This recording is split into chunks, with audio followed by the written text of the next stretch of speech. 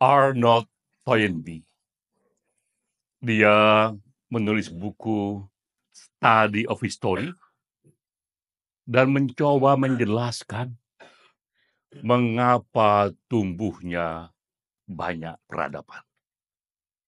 Dan ia kemudian membuat satu kesimpulan, dan itu yang penting, bahwa peradaban itu tumbuh karena hadirnya yang ia sebut the creative minority.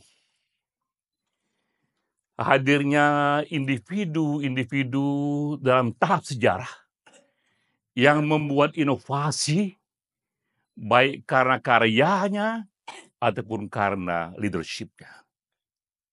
Individu-individu inilah yang menjadi sebab, menjadi sumbu tumbuhnya peradaban.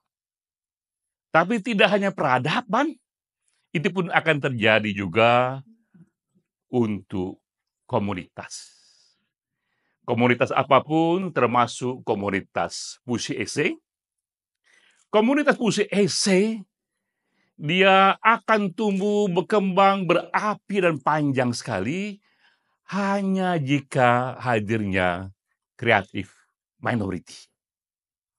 Dana memang penting, tapi dana hanyalah tangga-tangga saja. Tapi api yang menumbuhkannya adalah para individu di sana yang memberikan leadership-nya atau memberikan karyanya yang menyebabkan lompatan-lompatan estetis pada komunitas itu. Karena itulah,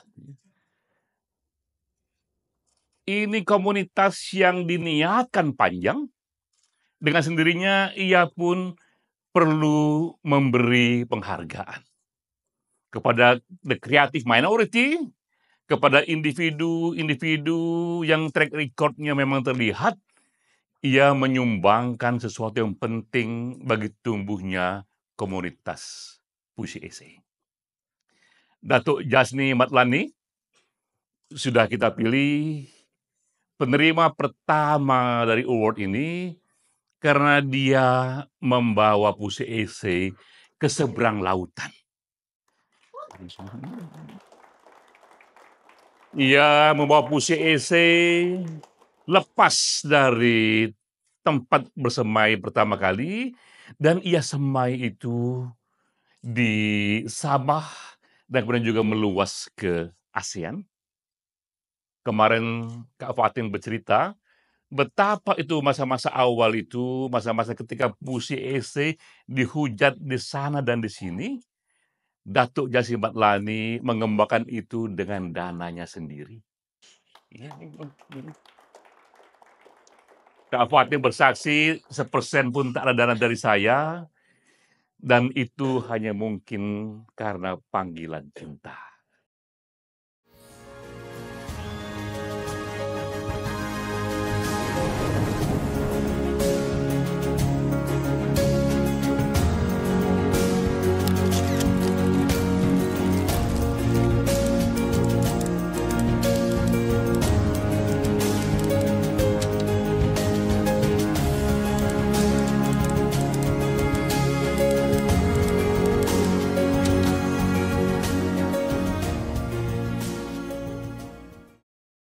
Saya sempat bertanya kepada Datuk, mengapa kerjakan ini?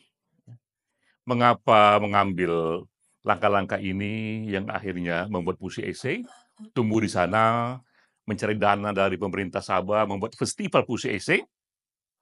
Kata Datuk, awalnya saya sempat kecewa dengan perkembangan puisi, karena ia cinta pada puisi dan ia mendengar ada bentuk baru puisi esai. Ia coba pelajari itu dan kemudian ia menyatakan passion-nya tersentuh oleh itu, bahkan sekarang Datuk pun membuat tesis mengenai puisi esai. Karena itulah, ketika saya datang pertama kali ke Sabah, saya datang pertama kali itu sudah 6 tahun setelah puisi esai tumbuh di sana. Dan saya datang ke rumah bahasa, tempat teman-teman berkumpul ketika puisi esai itu dibuat, ya. Saya bilang, Datuk, pada waktunya ketika nanti puisi esai punya museum, miniatur rumah ini akan ada di Museum Puisi Ese itu. Dan saya memberikan sambutan, karena saya tahu yang membuat Datuk kerjakan ini karena passion-nya, karena cintanya, saya kutip Khalil Gibran. Mungkin Datuk ingat, dan saya katakan, "Jika cinta memanggilmu, maka datanglah, walau pedang di balik sayapnya melukai." Jadi memang Puisi Ese ini datang ke Datuk, dan Datuk menerimanya karena cinta, ya. Itu sebabnya, ya. Jadi memang penghargaan ini kita berikan. Bukan saja karena rasa terima kasih kita pada apa yang Datuk kerjakan, tapi ini juga sebuah dokumentasi sosial, dan ini juga sebuah cara kita untuk memberi inspirasi kepada teman-teman selanjutnya, ya. Bahwa kita membutuhkan the creative minority, orang-orang yang mengambil peran, bahkan juga mengambil risiko, memajukan sebuah genre yang diyakininya, ya. Walaupun pedang melukainya. Tapi juga komunitas tidak hanya memiliki tokoh, komunitas juga memiliki tempat-tempat historik.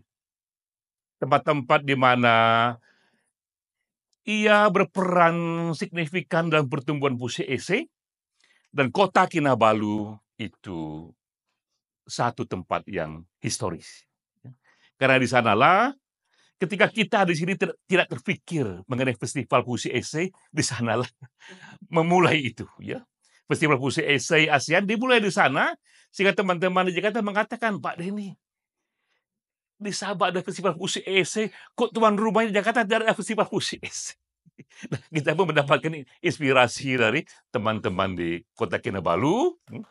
Tepuk tangan, ya. Karena itu pula Kota Kinabalu pun layak diberikan satu penghargaan, diberikan satu piagam sebagai ibu kota Puisi Ese. Apalagi sekarang Kinabalu akan bisa menggunakan penghargaan ini, karena Kinabalu sekarang ini akan maju ke PBB sebagai kota literasi. Tepuk tangan buat Kinabalu, ya.